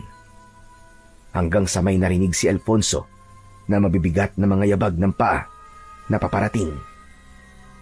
Inihanda niya ang kanyang sarili dahil malakas ang pakiramdam niya na mga balbal ang mga yon. Hindi nagtagal ay dumating na ang 4 na balbal na nagulat pa nang makita si Alfonso. Nakakatakot ang itsura ng mga yon. May mahahabang dila, matutulis na mga kuko at pakpak na nakakabit sa braso ng mga yon. Payat ang katawan ng mga balbal at may kahabaan ang mga binti at braso. Sa wakas, nagpakita rin kayo sa akin, mga hayop kayo. Hindi ko inakala na darating ang oras na ito na kailangan kong makipaglaban sa inyo. Pero wala na tong atrasan. Uubusin ko talaga kayong lahat. Nasaan ang pinuno ninyo? Nasaan si Salvador? Walang nakuwang sagot si Alfonso sa kahit isa sa mga balbal dahil sabay-sabay na sumugod ang mga yon. Gumulong si Alfonso pakaliwa upang iwasan ang mga balbal. Mabilis siyang tumayo at tinaga ang isang balbal sa likod. Sumirit ang dugo ng balbal kasabay ng matinis nung pagsigaw. Katapusan mo na! Para to sa mga taong pinerwisyo nyo! Umpuwersang itinarak ni Alfonso ang itak sa batok ng balbal at tumagos yun hanggang sa liig nito. Walang buhay na bumagsak ang isang balbal habang ang natitirang 3 ay mas lalong nagalit Nagulat si Alfonso nang biglang dumating si Eric na may dalang sibat na gawa sa kawayan. Napasigaw si Eric nang makita ang mga balbal. Diyos ko po! Kay papangit na mga aswang na to! Eric, anong ginagawa mo rito? Hindi ba sabi ko sa'yo, doon ka lang sa bahay. Ang kulit mo. Hindi ko kasi kaya na hayaan ka mag-isang makipaglaban dito, tol eh. Kaya kinumbinsi ko talaga si Mang Ruel na payagan ako na sundan ka. Sumugod ang isang balbal papunta kay Eric. Hindi nakagalaw si Eric sa pagkabigla. Kaya naman, mabilis na tumakbo si Alfonso. Sinalubong niya ang balbal at sinaksak niya ito sa tapat mismo ng puso. Pagkahugot niya ng itak, ay ginilitan niya kagad yon sa leeg na agad nitong ikinasawi. Ang galing mo, bro! Yan ba ang walang experience sa pakikipaglaban? Huwag mo na nga akong binubola. Nakita mo na, hindi ka makagalaw kapag aatakihin ka ng balbal. Umalis ka na rito. Sige na, bilisan mo. Hindi ako aalis. Testing pa lang yun. Ngayon na talaga ako lalaban. Malakas na sumigaw si Eric at sinugod nito ang isang balbal. Pero nang malapit na si Eric sa balbal, ay umangin ng malakas ang balbal. Tumakbo pabalik si Eric at nagtago sa likod ni Alfonso. Tol! Galit na galit siya. Kung ayaw mong umalis, ay tumabi ka na lang. Sige na, kaya ko na to. Humakbang si Alfonso palapit sa dalawang balbal. Maigpit ang hawak niya sa itak at hindi niya inaalis ang tingin sa kanyang mga kalaban. Nang sabay na sumugod ang mga balbal, ay sinalubong yun ni Alfonso. Tinaga niya sa balikat ang isa. Yumuko siya at sinaksak niya ang isa sa tiyan. Eric! Akin na sibat mo! Dali! Ibinato ni Eric ang sibat kay Alfonso at matagumpay niya yung nasalo. Tumiim ang bagang ni Alfonso at buong puwersa niyang itinarak ang sibat sa leeg ng isang balbal. Ang natitirang balbal ay tila natakot, kaya sinubukan pa nitong tumakas. Palabas na sana sa lagusan ang balbal, pero ibinato rito ni Alfonso ang itak at tumusok yun sa likod ng balbal. Padapang bumagsak sa lupa ang balbal. Nilapitan ni Alfonso ang balbal at hinugot niya mula sa likod nito ang matalas na itak. Tinapakan niya ang likod ng ulo ng balbal. Napakarami niyong kinuwang buhay. Pati mga nananahimik na mga patay ay nilalapastangan niyo. Ang mga kagaya niyo ay hindi dapat nabubuhay dito sa mundo. Ngayon, sabihin mo sa akin kung nasan si Salvador. Nagpumiglas ang balbal at naramdaman ni Alfonso na wala itong balak na sagutin ang tanong niya. Kaya tinapos na niya ang buhay nito sa pamamagitan ng pagtarak ng itak sa likod ng ulo nito. Tuwang-tuwa na lumapit si Eric kay Alfonso. Kulang na lang ay magtatatalon ito sa labis na kasiyahan. Grabe, tol! Napakaastig mo! Tingnan mo! Pinatay mo yung 4 na balbal nang ikaw lang mag-isa! Hindi ko yan magagawa kundi ko suot itong anting-anting na ipinamana sa akin ng lola Sabel ko. Ito ang nagbigay sa akin ng tapang at lakas na kailangan ko. Pero hindi pa tapos ang laban na to. Ano? Ang ibig mo sabihin? May iba pang balbal dito sa lugar nyo? Meron pa. Si Salvador. Siya ang pinuno ng mga angkan ng balbal dito sa amin. Kailangan ko siyang mapatay. Dahil kapag nagawa ko yun, ay mawawalan na ng lakas ng loob na umatake ang iba pang balbal na kabilang sa angkan niya. Pero, nasa na yung Salvador na yon, tol? Hindi ko nga alam eh. Pero sigurado ako na nararamdaman niya na nangyari rito at nagtatago na siya. At kailangan ko mag-isip ng paraan upang lumabas siya. May naiisip ka na bang plano, tol? Sa ngayon wala pa. Ang mabuti pa, tulungan mo na muna ako na dalhin ang katawan ni Ninang Irene sa pamilya niya. Sigurado ako na matutuwa sila dahil sa wakas ay mabibigyan na nila ng maayos na burol at libing si Ninang. Ano? Hahawakan natin yung bangkay? Bakit? Ano bang tingin mo? Maglalakad yung bangkay ng mag-isa? Tara na, Wala ka na nga naitulong sa akin sa pakikipaglaban eh. Kaya tumulong ka na lang sa akin sa pagbubuhat ng katawan ni Ninang. Oo na.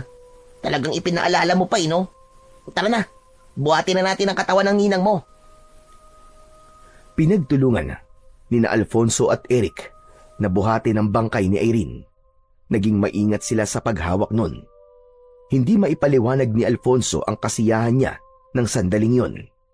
Hindi lang dahil maibabalik na niya kina Totoy ang katawan ng nanay nito, pero dahil alam niya na malapit nang matapos ang problema ng baryo nila sa mga balbal. Ang kailangan na lang niyang gawin ay tugisin at patayin ang pinuno ng mga balbal na si Salvador. Matapos maibalik nina Alfonso at Eric ang katawan ng kanyang ninang Irene sa pamilya nito, ay ibinalik na yon sa kabaong.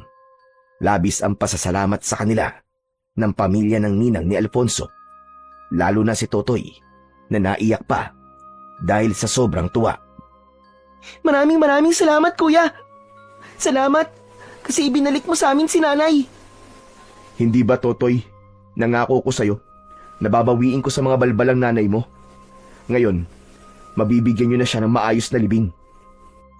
Hindi na sila nagtagal sa bahay ni na Totoy at nagsimula na silang maglakad pauwi.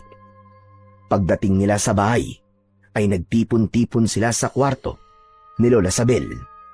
Hindi makapaniwala sina Mang Roel at Lola Sabel nang ikwento ni Alfonso ang nangyari sa pagpunta niya sa lumang sementeryo. Sabi ko na nga ba, kaya mong labanan ng mga balbal, apo.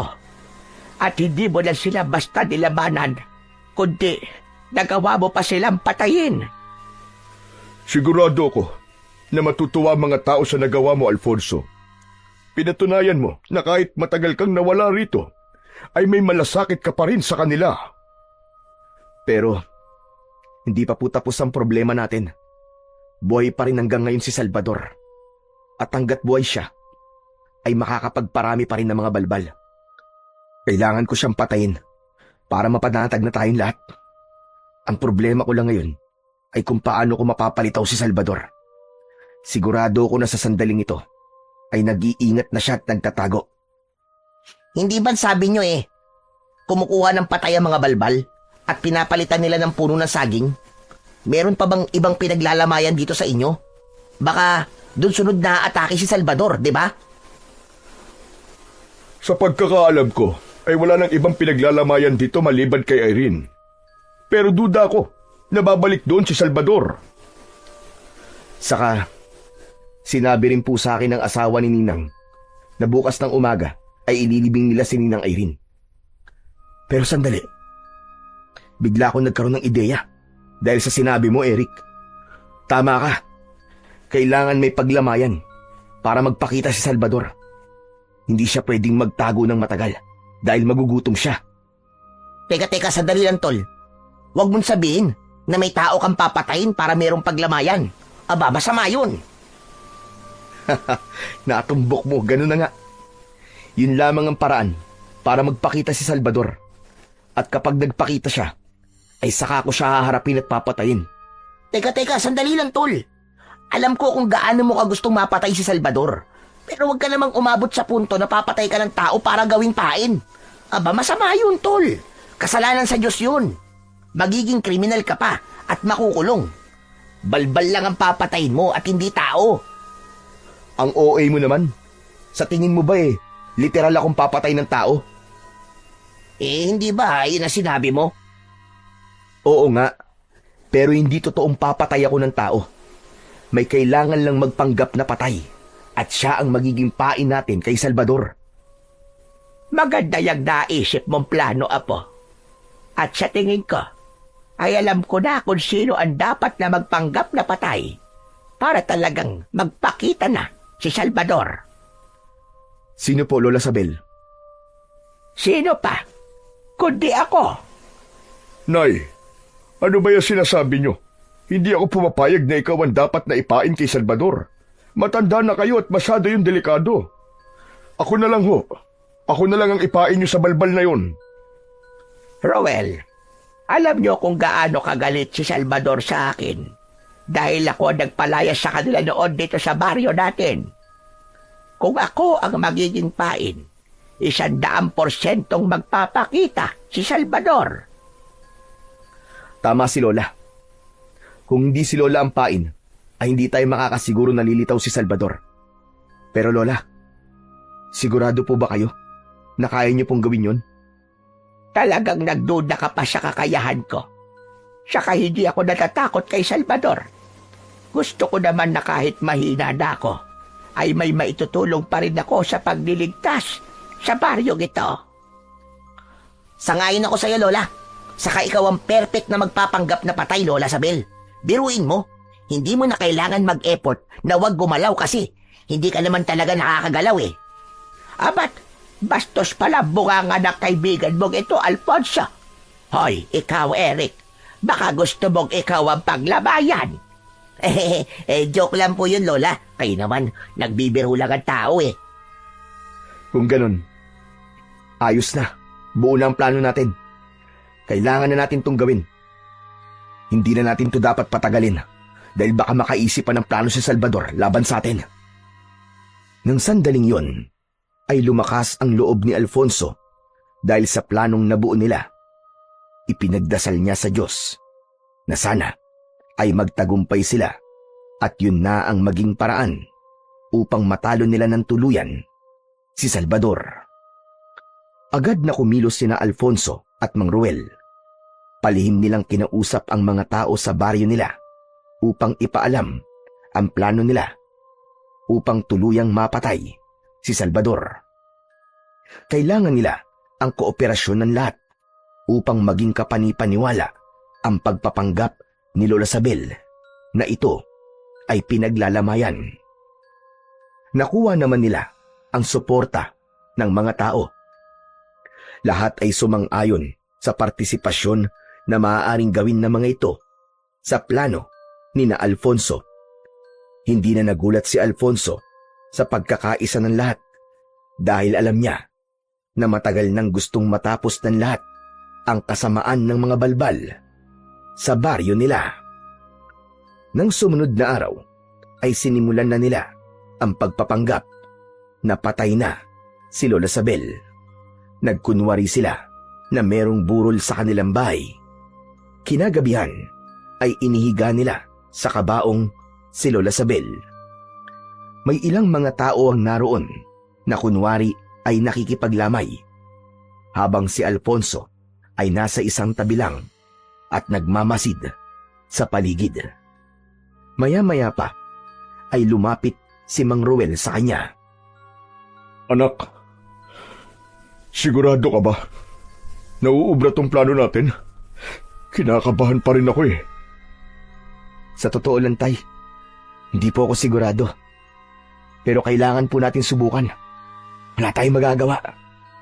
Baka tama po si Lola na kung siya po magpapanggap na patay, ay magpapakita po sa atin si Salvador. Kailangan natin ito subukan. Sana nga ay maging epektibo tong plano natin. At sana rin mapatay mo na si Salvador upang matapos na ang problema dito sa ating baryo. Sa totoo lang, anak, hindi ko inaasahan na gagawin mo to eh. Ang akala ko, nung umalis ka rito sa ating baryo, ay wala ka nang pakialam sa amin.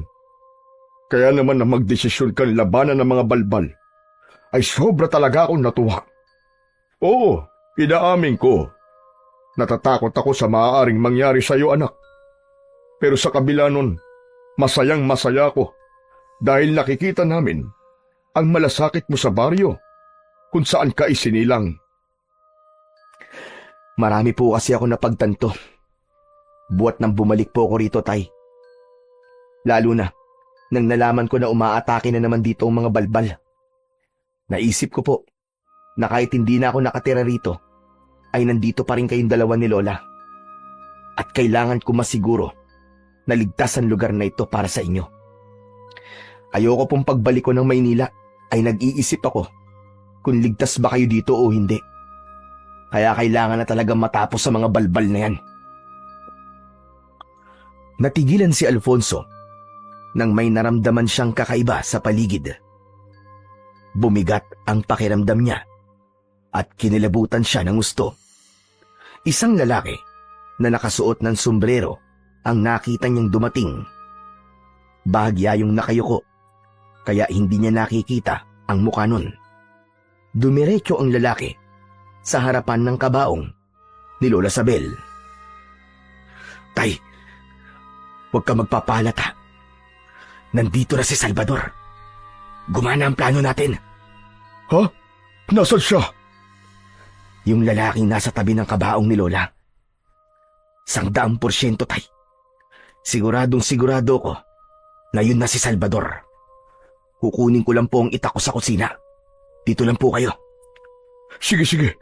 Mag-iingat ka, anak.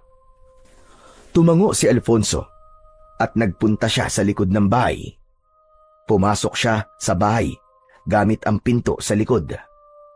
Kinuha niya ang kanyang matalas na itak at saka siya muling lumabas. Habang papalapit siya sa lalaking nasa tabi ng kabaong ng lola niya, ay inihanda niya ang kanyang sarili sa magaganap na pakikipaglaban. "Salvador! Sa wakas, nagpakita ka na ring diablong buwang ka!" Marahang lumingon ang lalaki at nang humarap yon kay Alfonso, ay nakumpirma niyang si Salvador ngayon. Alfonso! Ang apo ni Isabel! Nakikiramay ako sa pagkamatay ng iyong lola. Marahil, ayan na ang karma niya dahil sa pagpapalayas niya sa angkan namin noon. Anong sinasabi mong karma? Kung may kakarmahin man, ay ikaw yon at hindi si Lola. At anong ginagawa mo rito, ha? Alam ko na. Kukunin mo ang katawan ni Lola at papalitan mo ng puno ng saging. Wala ka na bang ibang alam gawin? At talaga bang naniniwala ka na patay na si Lola Sabel? Teka, anong ibig mo sabihin? Gunggong, hindi pa patay ang lola ko. Pinalabas lang namin na patay siya para lumitaw ka sa pinagtataguan mong animal ka. At hindi nga kami nagkamali. Tignan mo, at nandito ka na parang isang gutom na aso. Bumakas ang gulat sa muka ni Salvador. Pagharap nito sa kabaong ni Lola Sabel, ay biglang bumangon ang matandang babae at sinaksak ito direkta sa dibdib, gamit ang hawak nitong patalim. "Mauuna ka munang mamatay sa akin, Salvador! Mamatay ka na!" Sa isang kisap mata ay nag-anyong balbal si Salvador. Natakot ang mga tao at nagsigawan ang mga yon habang tumatakbo papalayo. Kakagatin sana ni Salvador si Lola Sabel, pero mabilis na hinila ni Alfonso sa braso si Salvador. "Kung harapin mo, Salvador! Dahil ako ang tatapos sa'yo ngayong gabi!" Nilinlang niyo ko! Sisiguraduhin kong pagsisisihan niyo ang ginawa niyong ito sa akin! Tignan natin kung sino ang magsisisi sa bandang huli! Ngumisi si Alfonso at inihanda niya ang kanyang sarili sa pakikipaglaban. Mabilis na sumugod si Salvador kay Alfonso. Nang malapit na ang pinuno ng balbal sa kanya, ay bigla yung nawala sa kanyang paningin. Luminga siya sa paligid at hindi niya nakita kung nasaan ang kanyang kalaban. Ninong hinahanap mo? Nandito ako!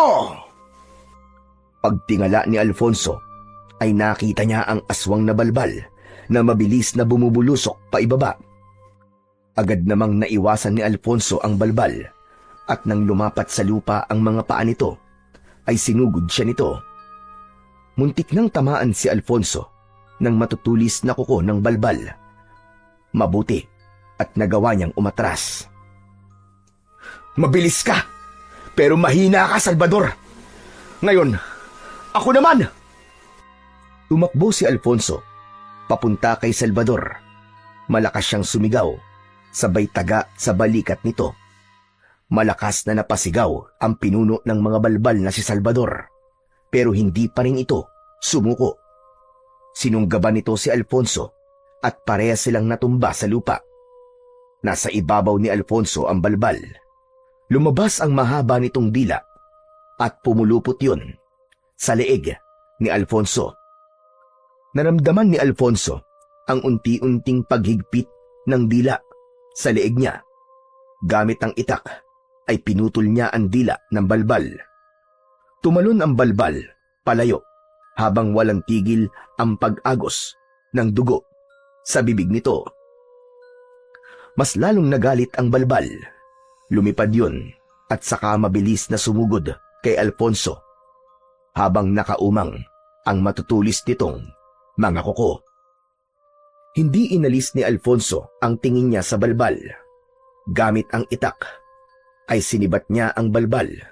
Dumiretso ang itak sa bunganga ng balbal at tumagos yun sa likod ng ulo nito. Malakas na bumagsak ang balbal sa lupa. Nilapitan ni Alfonso ang balbal at maras niyang hinugot sa bibig nito ang kanyang matalas na itak. O ano? Ngayon mo sabihin sa akin, Salvador, sino ang nagsisisi sa ating dalawa? Oo nga pala, hindi ka na makakapagsalita dahil wala ka ng dila, animal ka! Unti-unting nawalan ng buhay ang mga mata ni Salvador hanggang sa huminto na rin ang paghinga nito. Nang masiguro ni Alfonso na patay na ang pinuno ng mga balbal na si Salvador, ay doon lang siya nakahinga ng maayos. Humarap siya sa mga tao at itinaas niya ang kanyang itak na may bahid pa ng dugo. Mga kasama! Simula sa gabi nito ay hindi nyo na kailangan matakot. Wala na. Tapos na ang dilubyo. Patay na si Salvador. Napabagsak na natin ang angkan ng mga balbal. Naluluwang nagpalakpakan ang mga tao. Masayang lumapit sina Eric at Mang Ruel kay Alfonso. Anak, nagtagumpay ka. Ang galing mo. Maraming salamat, anak, dahil pinalaya mo kaming lahat sa takot na matagal nang bumihag sa amin. Grabe ka, tol. Ang astig mo talaga. Saka kahit galos, ay hindi ka man lang nagkaroon. Para kang action star sa mga galawan mo, tol.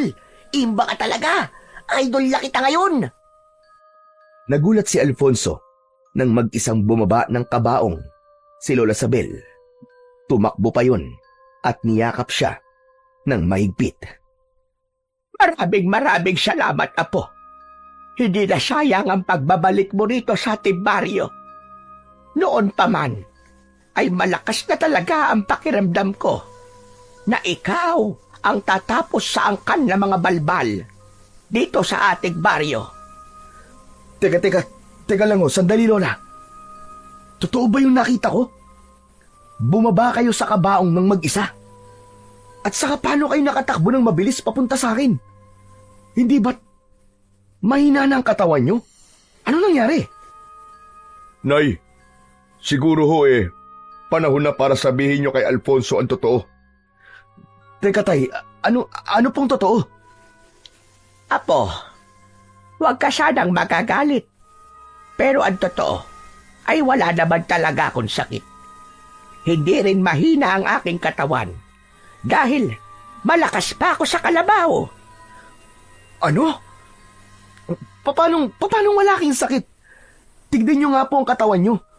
Ang payat-payat nyo kumpara nung bago ako umalis dito.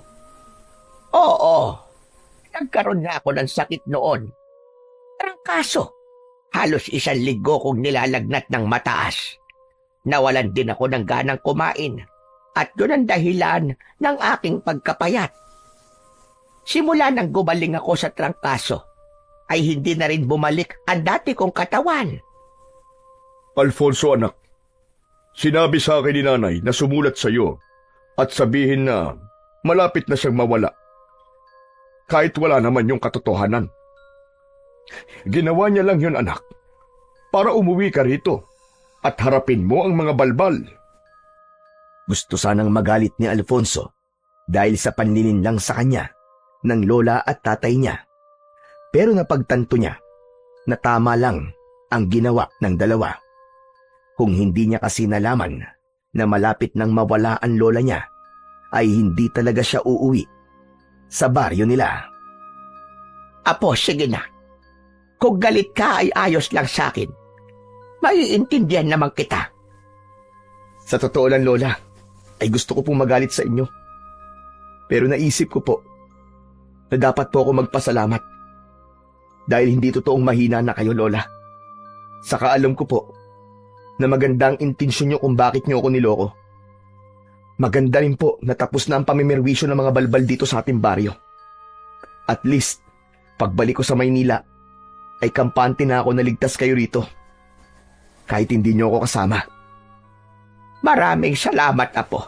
Sobrang saya ko dahil sa sinabi mo. Pero, Apo, ibig palang sabihin ay babalik ka pa rin sa Maynila.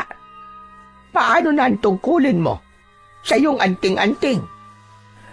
Pasensya na po kayo. Pero sa Maynila ko po kasi talaga gustong manirahan. Pero wag po kayo mag-alala. Dahil mas dadalasan ko na po ngayon ang pagdalaw sa inyo rito. Kung sakali po na may mga aswang ulit na manggulo dito, ay handa po akong ipagtanggol muli ang ating baryo. Nangangako po ako sa inyo na kahit wala ko rito, ay patuloy ko pa rin gagampanan ang aking tungkulin bilang bagong tagapangalaga ng inyong anting-anting. Nakangiting tumango si Lola Sabel. Hindi na ito nagsalita, pero ramdam ni Alfonso ang pagpayag nito sa kanyang naging desisyon. Magaan ang loob ni Alfonso nang bumalik sila ng kaibigan niyang si Eric sa Maynila. Sa wakas, ay tapos na ang gulo at tahimik na ulit ang baryo nila. Wala na ang mga balbal na matagal nang nagdulot ng takot sa mga tao roon. Napagtanto rin ni Alfonso na kahit na anong gawin niya, ay hindi niya kayang iwasan ang pagiging antingero dahil yun ay bahagi na ng pagkatao niya. Nangako siya sa kanyang sarili na sa oras na muling may panganib na dumating sa kanilang baryo, ay handa siyang muling bumalik doon upang muling makipaglaban. Batid niyang ang kapalaran niya ay ang maging tagapagtanggol laban sa mga nilalang ng kadiliman.